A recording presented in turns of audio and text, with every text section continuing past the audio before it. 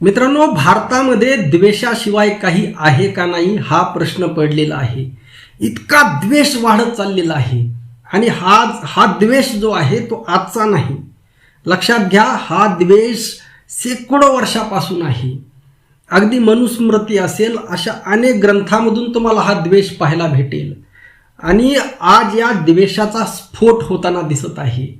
अगदी मागच्या शिवजयंतीच्या टायमाला रमेश भिडे नामक एक व्यक्ती पोस्ट करतो आणि छत्रपती शिवाजी महाराजांची बदनामी करतो अत्यंत खालच्या शब्दामध्ये. ते असे शब्द आहेत जे मी तुम्हाला वाचून दाखवू शकत नाहीत. फेसबुकवर अनेकांनी त्या पोस्ट शेअर केलेल्या आहेत. आणि आज विश्वरत्न डॉक्टर बाबासाहेब आंबेडकर यांची जयंती आहे आणि आज तो परत बाबासाहेब आंबेडकर यांची बदनामी करतो. आता या भारत देशामध्ये फक्त आणि फक्त बाबासाहेब आंबेडकर यांचे अनुयायी जिवंत आहेत. त्यांना अस्मिता आहे, त्यांना नैतिकता आहे, त्यांना धर्म आहे. लक्षात ठेवा. आणि बाबासाहेब आंबेडकर यांना काळजात जपून ठेवण्याचं काम ते करतात.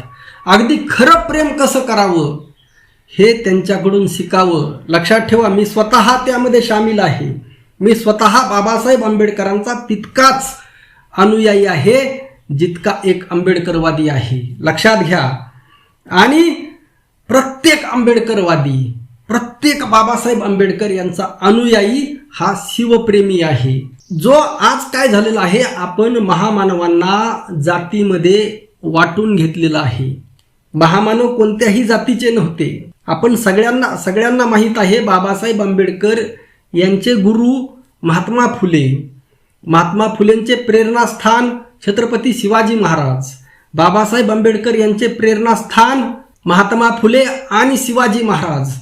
हे सगळं आपल्याला माहीत आहे. शाहू महाराज आणि बाबासाहेब आंबेडकर हे तर एकदम जीवलग दोस्त होते, हे सुद्धा आपल्याला माहीत आहे. याच्याही पलीकडे जाऊन शाहू महाराज आणि बाबासाहेब आंबेडकर एक नवीन संदेश या समाजाला दिला होता.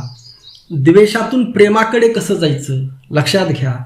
परंतु आज जे लोक हा द्वेष पेरत आहेत, आणि आज मी अनेकदा काही उदाहरणातून पाहिलं, आता हे लोक नव्याने मांडणी नेमकी काय करत आहेत की अगोदर आपल्या धर्मामध्ये जातीभेद नव्हता. लक्षात घ्या. आणि हा जातीभेद इंग्रजांनी निर्माण केला. अरे खोटं किती बोलावं. इंग्रज कधी आले, ब्रिटिश ईस्ट इंडिया कधी आली, आणि संत नामदेव महाराजांना मंदिरातून कीर्तन करण्यापासून कुणी रोकलं? हीन दीन जाती मोरी पंढरी के राया, ऐसा नामा दर्जी तुने कायको बनाया, असं नामदेव महाराज का म्हणाले? त्या काळात इंग्रज होते का? म्हणजे खोटं किती बोलावं.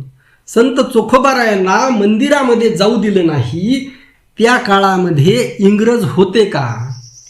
म्हणजे नीट लक्षात घ्या कशा पद्धतीने, म्हणजे खोटं तरी किती बोलावं आणि त्या खोट्याची सुसंगती तरी लावता आली पाहिजे, त्याला काहीतरी पुरावा असला पाहिजे. परंतु यांच्याकडे कसलाही पुरावा नाही. यांच्याकडे फक्त एकच गोष्ट आहे. तशा 2-3 गोष्टी आहेत. यांचा एकतर पाया खोटेपणावर आधारित आहे. दुसरं, यांच्याकडे केवळ आणि केवळ द्वेष द्वेष द्वेष भरलेला आहे. जाती जातीमध्ये भांडणं लावायचे, धर्माधर्मामध्ये भांडणं लावायचे आणि आपलं राज्य प्रस्थापित करायचं. आणि सध्या टार्गेटवर 2 महामानव आहेत. लक्षात घ्या. एकंदर मागच्या तुम्ही बघा, सोशल मीडिया असेल किंवा अन्य कोणताही प्लॅटफॉर्म असेल, 2च महामानव टार्गेटवर आहेत. एक आहेत छत्रपती शिवाजी महाराज आणि दुसरे आहेत बाबासाहेब आंबेडकर. हे नेमकं का आहे लक्षात घ्या. हे 2 महामानव नेमके का टार्गेटवर आहेत याविषयी मी चिंतन करत होतो आणि त्यावेळेस लक्षामध्ये आलं, मी तुम्हाला अगोदरच मध्ये सुरुवात केली होती की महामानवांना जात नसते, परंतु ग्राउंड रियालिटीवर महामानवांना आपण जातीमध्ये वाटून घेतलेलं आहे. हे सत्य सुद्धा नाकारता येणार नाही. तुम्ही मागच्या पुतळ्यावरून तुम्ही पाहिलं राजकारण कशा पद्धतीने सुरू आहे.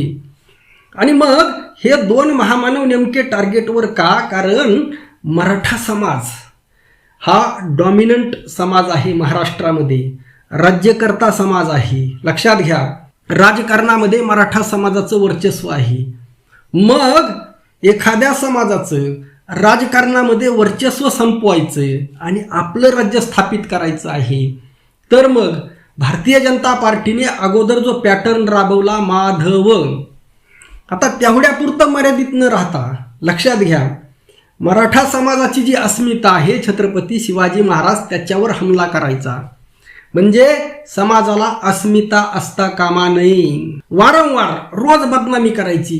प्रशांत कोरटकर सारखा व्यक्ती शिव्या देतो, सोलापूरकर असेल, छिंदम असेल, अन्य आता या भिडेने शिवजयंतीच्या टायमाला शिवाजी महाराजांची बदनामी करायची, अशी अनेक उदाहरणं तुम्हाला देता येतील.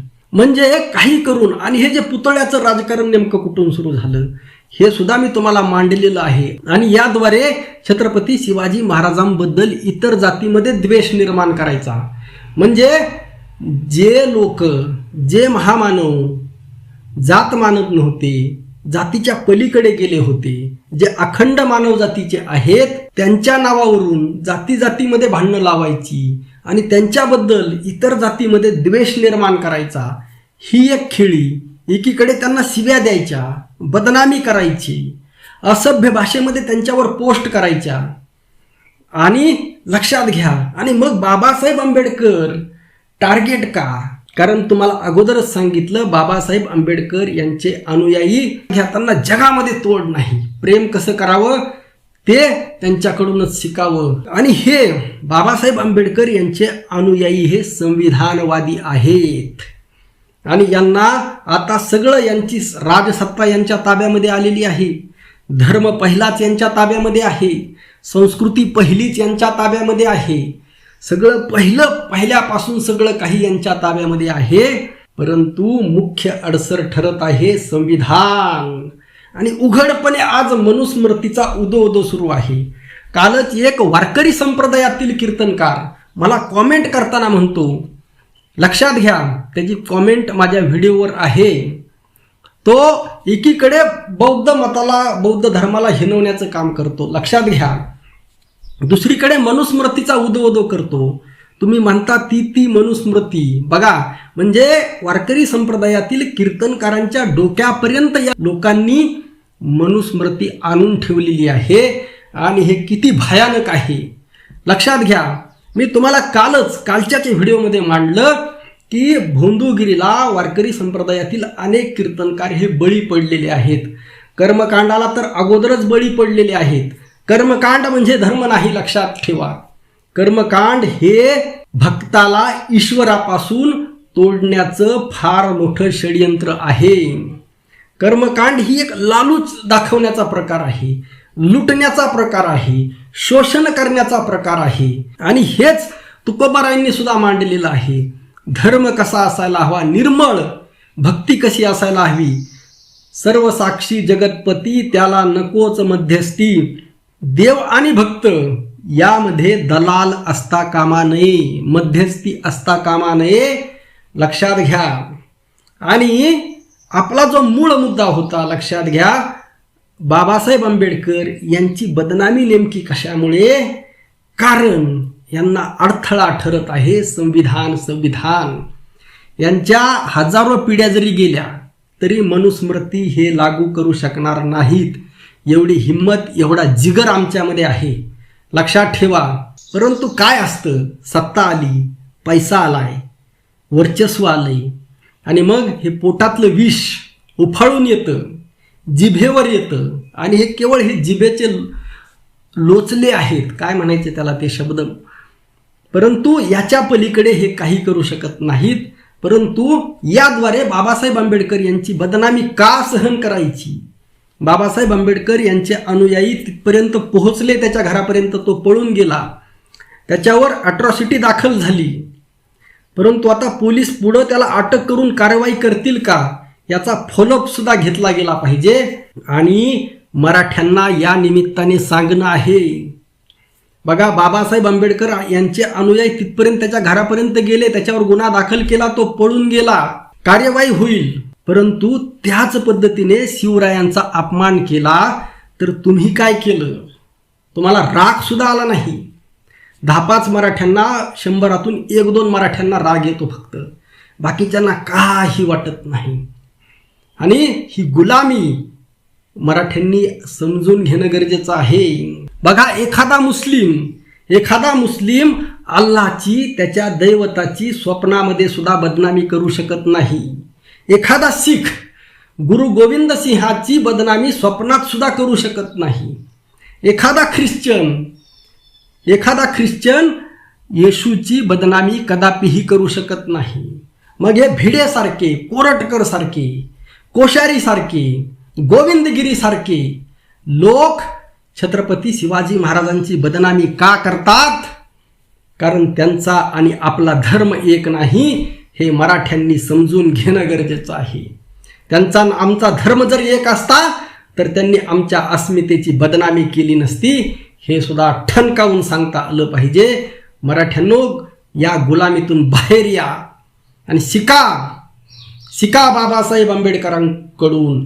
प्रत्येक मराठ्याने बाबासाहेब आंबेडकर यांचा फोटो घरामध्ये लावायला शिका. सगळ्यात पहिल्यांदा. रामकृष्ण हरी. जय जगद्गुरू. जय शिवराय. जय भीम.